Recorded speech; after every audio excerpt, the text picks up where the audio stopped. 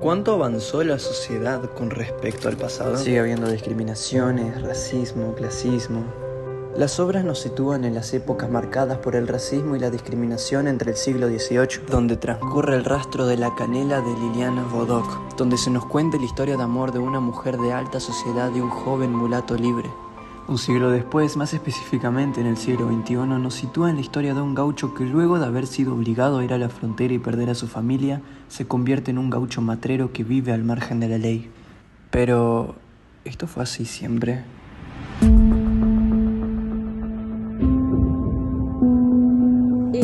Podríamos decir que la esclavitud ha existido siempre, hasta hoy, de diferentes maneras, diferentes grados. En la Argentina, en los años 1800, en el siglo XIX, se dio una esclavitud encubierta mediante el sistema de levas, que consistía en, o permitía a las autoridades a reclutar, a detener, a castigar a todo aquel que no acreditaba un empleo fijo. Entonces el gaucho está obligado muchas veces a trabajar de manera gratis. Para no ser reclutado y enviado a la frontera debía presentar su papeleta de conchavo, que era otorgado por los propietarios. El hombre retratado en el Martín Fierro era un hombre que vivía el día a día del trabajo que realizaba en sus tierras. Aunque era perseguido por las autoridades de su época, el gaucho Martín Fierro siempre trataba de salir adelante de la forma que a él le parecía la correcta, o así es como demanda su historia.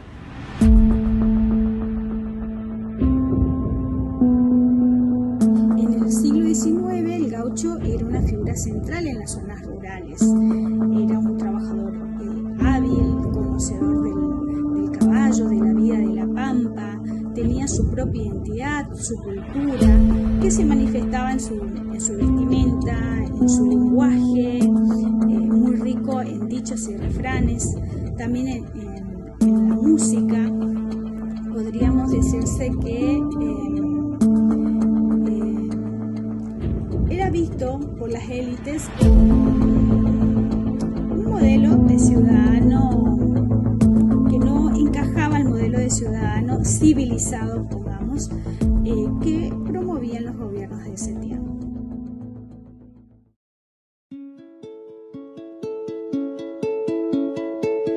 Los gauchos fueron figuras claves en la historia de la Argentina, especialmente en el periodo colonial en las primeras etapas de la independencia. Aunque el término gaucho se refiere principalmente a los habitantes de la Pampa y las llanuras argentinas, su origen y su desarrollo como grupo social se extiende mucho más allá de una simple clasificación.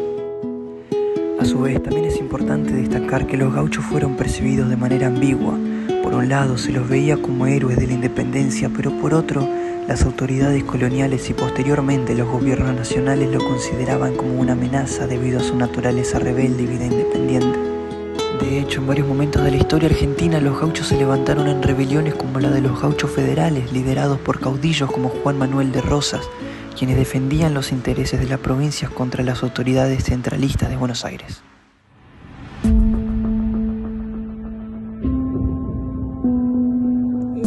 Sí, en gran parte sí, muchos gauchos fueron marginados a pesar de su gran importancia en la vida rural. Fueron perseguidos por una ley que se llamaba la Ley de Vagos y Malentretenidos. Fíjense que ya en las palabras, ¿no?, de vagos y malentretenidos vemos una connotación peyorativa. Ambos conceptos cargados de prejuicios y de alguna manera estigmatizaba a ese grupo vulnerable que eran los gauchos.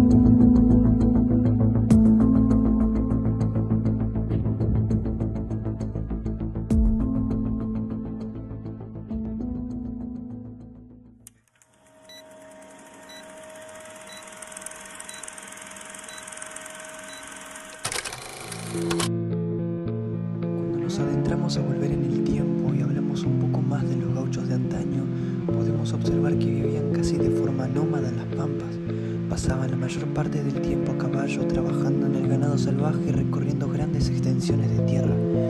Al no tener una vivienda fija, su vida era muy independiente. Y si vamos al caso, los gauchos actuales aún siguen dedicándose a la ganadería, aunque su vida hoy en día es mucho más estable al tener casa, familia y hasta una rutina diaria parecida al resto de la sociedad rural. Ya no son nómadas, aunque la mayoría sí sigue teniendo esta misma esencia de un gaucho. Y si nos centramos en el punto del trabajo y actividades, el gaucho de antaño tenía un trabajo principal que era arrear ganado, cimarrán, cazar, marcar y domesticar animales. A veces también era usado hasta en guerras por su habilidad para montar. Y los gauchos actuales realizan tareas rurales modernas, cuidando el ganado, manejando máquinas, mantenimiento de campos y hasta participación en festivales y competencias tradicionales como la doma o la jineteada. La vestimenta del gaucho de antaño tenía ropa no tan típica como la conocemos hoy, sino tenía ropa muy práctica, botas de potro, chiripá, poncho, facón y todo lo pensado para sobrevivir. El gaucho actual conserva parte de esa vestimenta, pero más como tradición. En la vida diaria usan ropa de trabajo moderna, reservando la vestimenta gauchesca para fiestas, ferias o celebraciones patrias.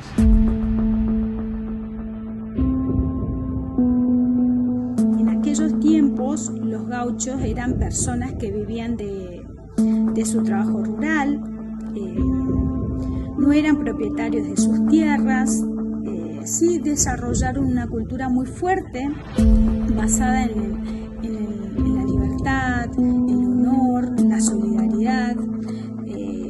Tenían, digamos, una vida bastante nómada. En cambio, hoy podríamos decir que la figura del gaucho se transformó.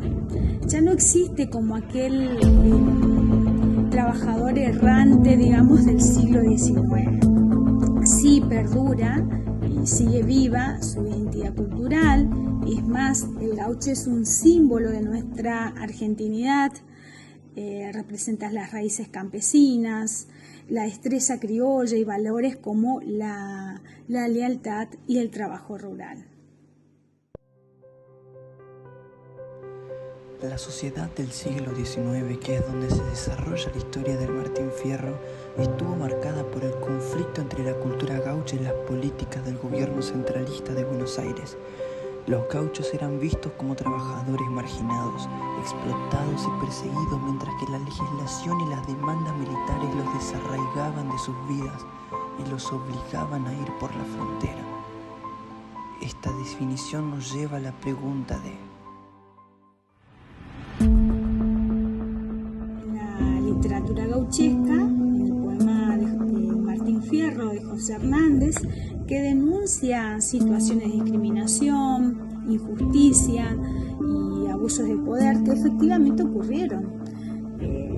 No es una exageración, la desigualdad social y la marginalidad existieron y siguen existiendo en diferentes grados. Si bien el poema puede utilizar recursos literarios para intensificar ese efecto emocional, pero la raíz del problema, como la marginación de ciertos grupos, entre ellos el de los gauchos, es real y forma parte de la historia argentina.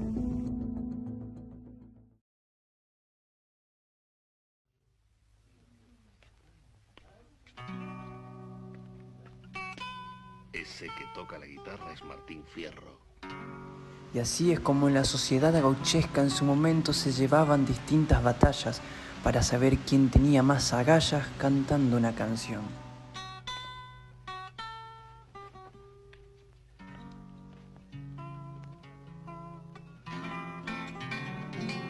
El hombre debe mostrarse cuando la ocasión le llega. Tiemple y cantaremos juntos. Haremos gemir las cuerdas hasta que las velas no ardan.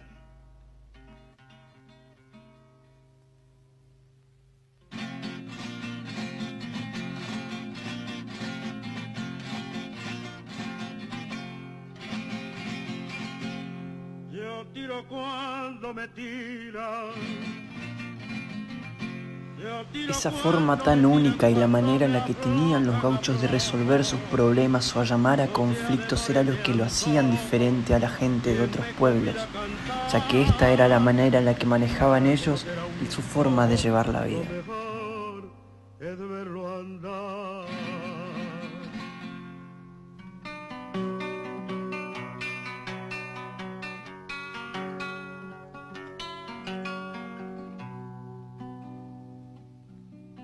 Negro, si sos tan sabio, no tengas ningún recelo, pero has tragado el anzuelo y al compás del instrumento has de decirme al momento cuál es el canto del cielo.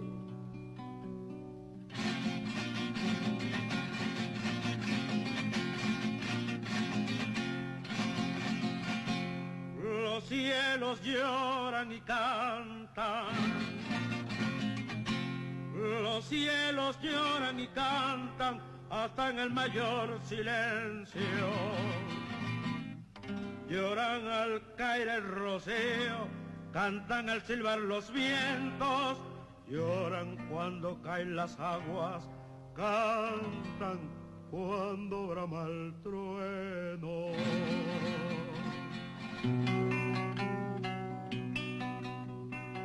Moreno abierto que trae, bien dispuesta la garganta, sos varón y no me espanta verte hacer estos primores.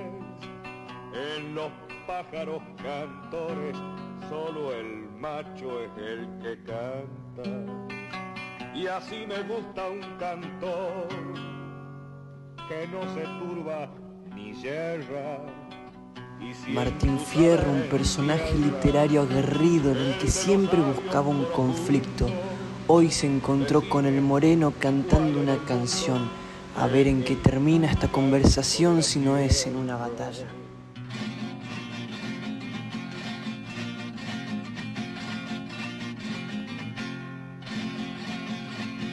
Yo le daré una respuesta. Yo le daré una respuesta según mis pocos alcances.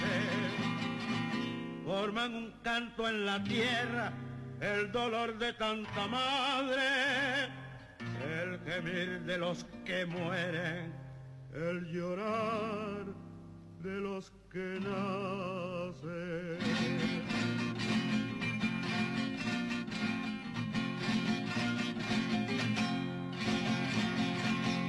Si responde a esta pregunta,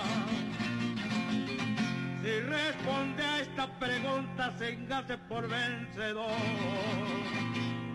Doy la derecha al mejor y respóndame al momento, cuando formó Dios al tiempo y por qué lo dividió.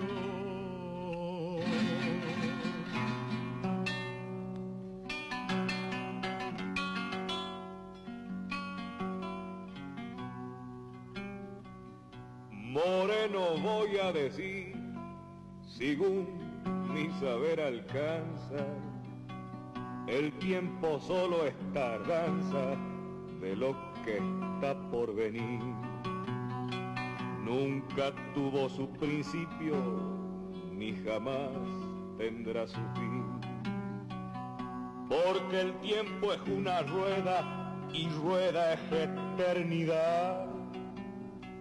Y si el hombre lo divide, solo lo hace en mi sentir, por saber lo que ha vivido y le resta por vivir.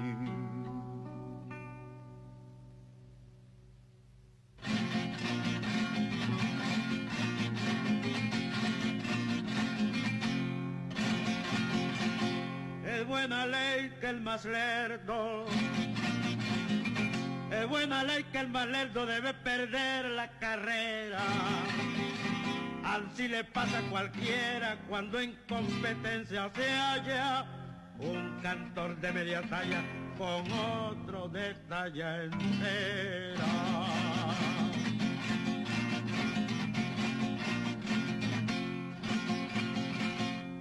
suplico a cuantos me oigan, y suplico a cuantos me oigan que me permitan decir que al decidirme a venir no solo fue por cantar, sino porque tengo a más otro deber que cumplir.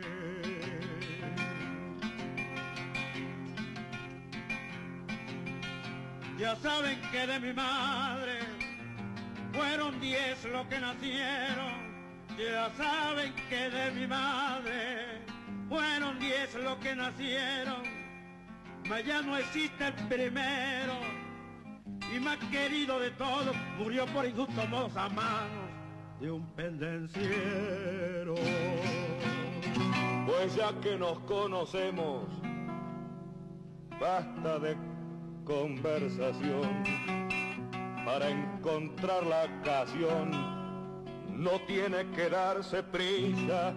Ya conozco yo que empieza otra clase de función. Y así era el final de cómo los gauchos resolvían sus problemas. Hoy en día algo que nunca sería aceptado en esa sociedad del momento era algo normal. Algo que a Martín Fierro siempre le había pasado.